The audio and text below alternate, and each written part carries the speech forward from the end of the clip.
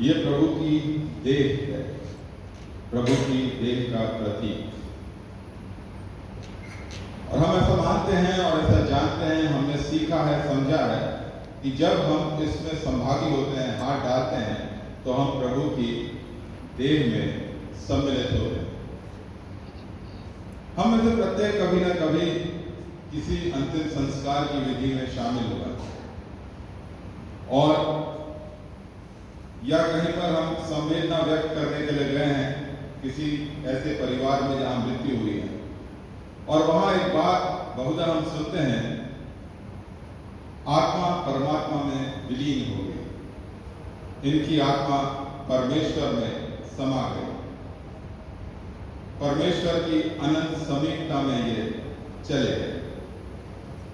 परंतु मेरे प्रियो, जो एक बात विचारणीय है वो ये है कि क्या सचमुच में डिपार्टेड सोल, जो आत्मा इस संसार से चली गई है, क्या वो सचमुच में परमेश्वर के पास है, परमेश्वर की अनंत समीपी में है?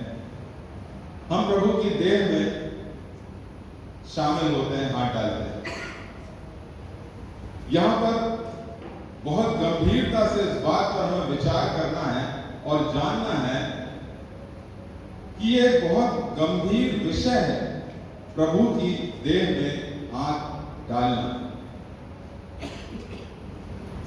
प्रभु परमेश्वर को दिखावा पसंद नहीं, अधूरापन, अधूरा समर्पण उसको पसंद नहीं है।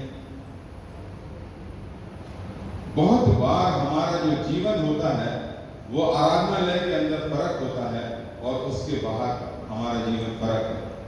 आज मैं आप सबों को प्रोत्साहित करता हूं कि हमारे जो आराधना भवन के अंदर का जीवन है, कलीसिया भवन के अंदर का जीवन है, समाज गृह के अंदर का जो जीवन है, और उसके बाहर जो हमारी दिनचर्या है, उसमें बैलेंस बनाने की आवश्यकता है। प्रभु यीशु मसीह ने जब इस संसार में था, उसने मेरे और आपके पापों को अपने ऊपर ले लिया। हमारे जीवन को अनंत जीवन में पहुंचाने के लिए जो कीमत है वो उसने अदा कर दी। वो कहता है, मार्ग, सत्य और जीवन मैं ही हूं। इस बलिदान के द्वारा हमें अनंत जीवन में पहुंचने का मार्ग मिल गया है, रास्ता उसने बता दिया है, रास्ता बना करके हमको दे दिया है। अब ये हमारा राय है। हमें दिखावे से ऊपर उठने की आवश्यकता है। हमें सच्चे समर्पण के साथ परमेश्वर को अपनाने की आवश्यकता है।